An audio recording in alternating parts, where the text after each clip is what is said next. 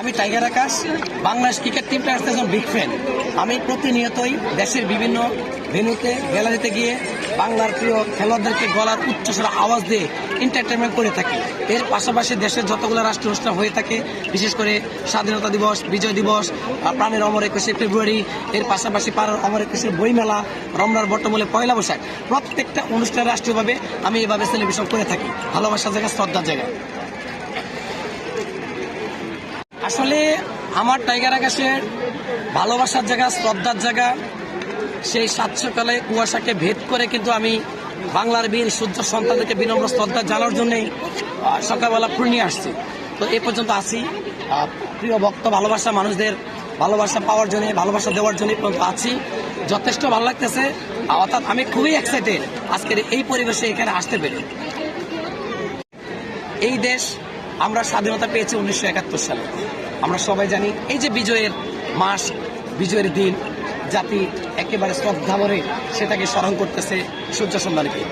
এই বিজয় 71-52 থেকে যে বিজয় শুরু হয়ে গেল, বিশেষ করে ভাষা আন্দোলন থেকে দেশের যে আপামর জনতা যেভাবে জীবন দিয়ে শহীদ হয়েছে, ওনাদের স্মরণে ওনারা দেশটাকে চেয়েছিল যে এই দেশটা পূর্ণাঙ্গ একটা বাংলাদেশ তৈরি হোক, এই লাল সবুজের রক্তে খচিত পতাকা। তো এটাকে আমরা প্রত্যেকটা মানুষ প্রত্যেকটা জায়গা থেকেই শ্রদ্ধার জায়গায় ভালোবেসে যেতে হবে। তরুণ প্রজন্মকে ইতিহাস, ঐতিহ্য, সংস্কৃতি জানান দিতে হবে এবং প্রতিনিয়তই দেশকে বহির্বিশ্বে ভালো জায়গায় তুলে নিতে হবে। তরুণদের এবং পুরাতনদের সবার প্রতি আমার উদ্যত্ত আহ্বান টাইগার্সের পক্ষ থেকে, যেভাবে দেশকে ভালো জায়গায় টেনে নেওয়া যায় সুন্দর সুশৃঙ্খল পরিবেশে, যাতে প্রত্যেকটা মানুষ স্বাধীনভাবে চলতে পারে, স্বাধীনভাবে কথা বলতে পারে, যাতে প্রত্যেকটা মানুষ ব্যক্তি নিয়ম শৃঙ্খলার মাঝে বসবাস করতে পারে, এটাই আমার টাইগার আকাশের মেসেজ দেওয়া 18 কোটি বাঙালির কাছে।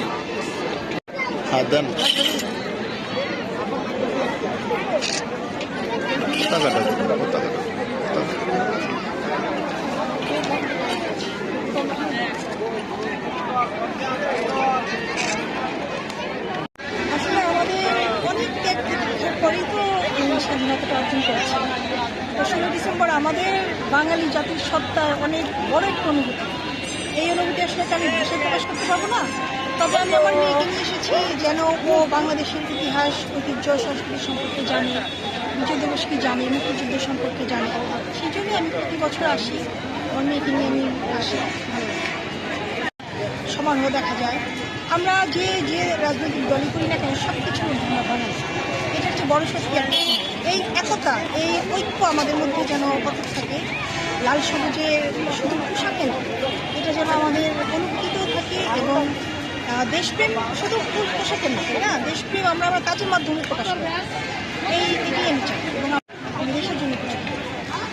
তো প্রথমেই বলবো আমি আবর্জনা মুক্ত বাংলাদেশ, দুর্নীতিমুক্ত বাংলাদেশ। তারপর তো এমনিতেই গড়ে যদি দুর্নীতিমুক্ত হয় বাংলাদেশ, তাহলে আমার মনে হয় পৃথিবীর মধ্যে সবচেয়ে সুন্দর দেশ হবে বাংলাদেশ।